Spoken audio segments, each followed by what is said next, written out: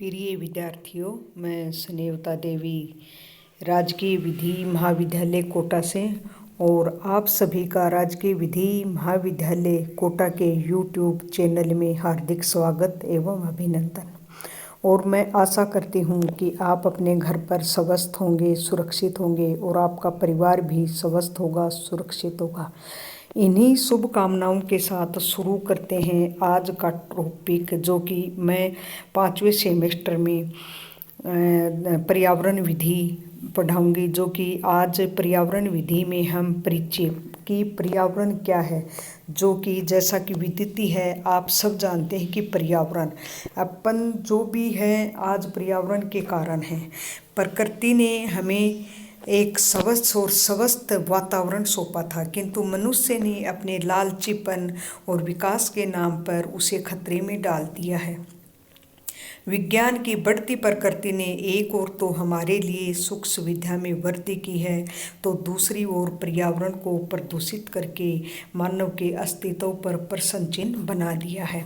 फिर क्या पर्यावरण का अर्थ, मतलब मीनिंग ऑफ इन्वायरमेंट। तो देखो, ये एक ऐसी शायरी है, उससे मैं ये शुरू करती हूँ। अमृत बाटे कर विष पान, वृक्ष में शंकर भगवान। मतलब पर्यावरण दो शब्दों से मिलकर बना है, परि और आवरण, जिसका अर्थ है कि हमारे चारों ओर घिरे हुए वातावरण, जो कि हम ये तो तीसरी चौथी पाँचवीं क्लास से ही पढ़ते आ रहे हैं। आप सब जानते हैं पर्यावरण क्या है। अपने चारों ओर जो भी आवरण है, जीव जंतु पेड़ पौधे सब एक पर्यावरण का ही भाग है। पर्यावरण और मानव का संबंध अत्यंत घनिष्ठ है। पर्यावरण से मनुष्य की भौतिक आवश्यकताओं की पूर्ति होती है। पर्यावरण से ही हमें जलवायु आदि कारक प्राप्त होते हैं। अब क्या है पर्यावरण का महत्व, कि पर्यावरण का क्या महत्व है। आप जानते हैं सब कुछ पर्यावरण ही है, पर्यावरण से ही हम हैं। हर किसी के जीवन के लिए पर्यावरण का बहुत महत्व है, क्योंकि पृथ्वी पर जीवन पर्यावरण से ही संभव है। समस्त मनुष्य, जीव जंतु, प्राकृतिक वनस्पतियों, पेड़ पौधे, जलवायु, मौसम सब पर्यावरण के अंतर्गत ही निहित है। पर्यावरण न सिर्फ जलवायु में संतुलन बनाए रखने का काम करता है और जीवन के लिए आवश्यक सभी वस्तुएं भी उपलब्ध कराता है।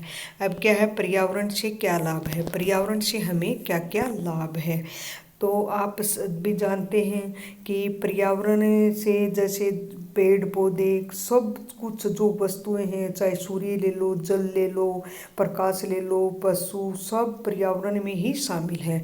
पर्यावरण से हमें स्वच्छ हवा मिलती है। पर्यावरण हमारे जीवन का एक महत्वपूर्ण भाग है। पर्यावरण में जैविक, अजैविक, प्राकृतिक तथा मानव निर्मित वस्तु का समावेश होता है। जैविक का मतलब जैविक के अंतर्गत जीव जंतु पेड़ पौधे आदि आते हैं, और अजैविक के अंतर्गत प्रकाश है, वायु है, हवा है, ये सब इसके अंतर्गत आती हैं। प्राकृतिक पर्यावरण में पेड़, झाड़ियाँ, नदी, जल, सूर्य प्रकाश, पशु, हवा आदि शामिल हैं। जो हवा हम हर पल सांस लेते हैं, पानी जिसके सिवा हम जी नहीं सकते और हम अपने दिनचर्या में इस्तेमाल करते हैं, पेड़ पौधे उनका हमारे जीवन में बहुत महत्व है। यह सब प्राकृतिक चीज़ें हैं जो पृथ्वी पर जल जीवन संभव बनाती है। यह पर्यावरण के अंतर्गत ही आती है। पेड़ पौधों की हरियाली में मन को तनाव दूर होता है और दिमाग को शांति मिलती है। पर्यावरण से ही हमारे अनेक प्रकार की बीमारियां भी दूर होती हैं। पर्यावरण मनुष्य, पशु और अन्य जीव चीज़ों को बढ़ाने और विकास होने में मदद करती हैं। मनुष्य भी पर्यावरण का एक महत्वपूर्ण भाग है। पर्यावरण का एक घटक होने के कारण हमें भी पर्यावरण का संवर्धन करना चाहिए। मतलब ये जो अपने पढ़ाई से साबित होता है कि पर्यावरण ही सब कुछ है। जैसे कि उदाहरण के लिए आप भी कभी पढ़ते पढ़ते थक जाते हैं, बोर हो जाते हैं, तो कभी गांव में खेतों में जाते हैं तो वहाँ हरियाली, वहाँ पेड़ के नीचे बैठते हैं तो वास्तव में बड़ा दिल शांत होता है और दिमाग को शांति मिलती है, और ऐसा मतलब इतना अच्छा सुखद अनुभव प्राप्त होता है। मतलब पर्यावरण ही सब कुछ है। अब आगे है पर्यावरण और जीवन की, मतलब पर्यावरण और जीवन का क्या संबंध है। तो पर्यावरण और जीवन का घनिष्ठ संबंध है। पर्यावरण और मनुष्य एक दूसरे के बिना अधूरे हैं, अर्थात पर्यावरण पर ही मनुष्य पूरी तरह निर्भर है। पर्यावरण के बिना मनुष्य अपने जीवन की कल्पना भी नहीं कर सकता है। भले ही आज विज्ञान ने बहुत तरक्की कर ली है, ये आप भी जानते हैं, बड़े बड़े उद्योग लगा लिए हैं, फैक्ट्री लग गई हैं, मनुष्य ने पैसा कमा लिया है, लेकिन आज भी चैन की सांस नहीं है। लेकिन प्रकृति में जो हमें उपलब्ध करवाया है उसकी कोई तुलना नहीं है। इसलिए भौतिक सुख की प्राप्ति के लिए मनुष्य को प्रकृति का दोहन करने से बचना चाहिए। वायु, जल, अग्नि, आकाश, थल ऐसे 5 तत्व हैं जिस पर मानव जीवन टिका हुआ है, और यह सब हमें पर्यावरण से ही प्राप्त होते हैं। पर्यावरण न केवल हमारे स्वास्थ्य का ख्याल रखता है, बल्कि एक माँ की तरह हमें सुख शांति भी प्राप्त करता है। तो प्रिय विद्यार्थियों, पर्यावरण को अपन सबको मिलके पर्यावरण को बचाना है। जैसे अपने कॉलेज में भी है, स्कूल एजुकेशन में भी है, और सरकार के आदेश भी आते हैं कि पेड़ पौधे लगाने हैं, पेड़ पौधों को बचाना है। वो क्या है, वो सब एक पर्यावरण का ही भाग है। तो ये भी अपने को संकल्प लेना है कि मैं एक पेड़ पौधा सिर्फ लगाना ही नहीं, उसको जिंदा रखूंगा, उसकी देख रेख करूंगा।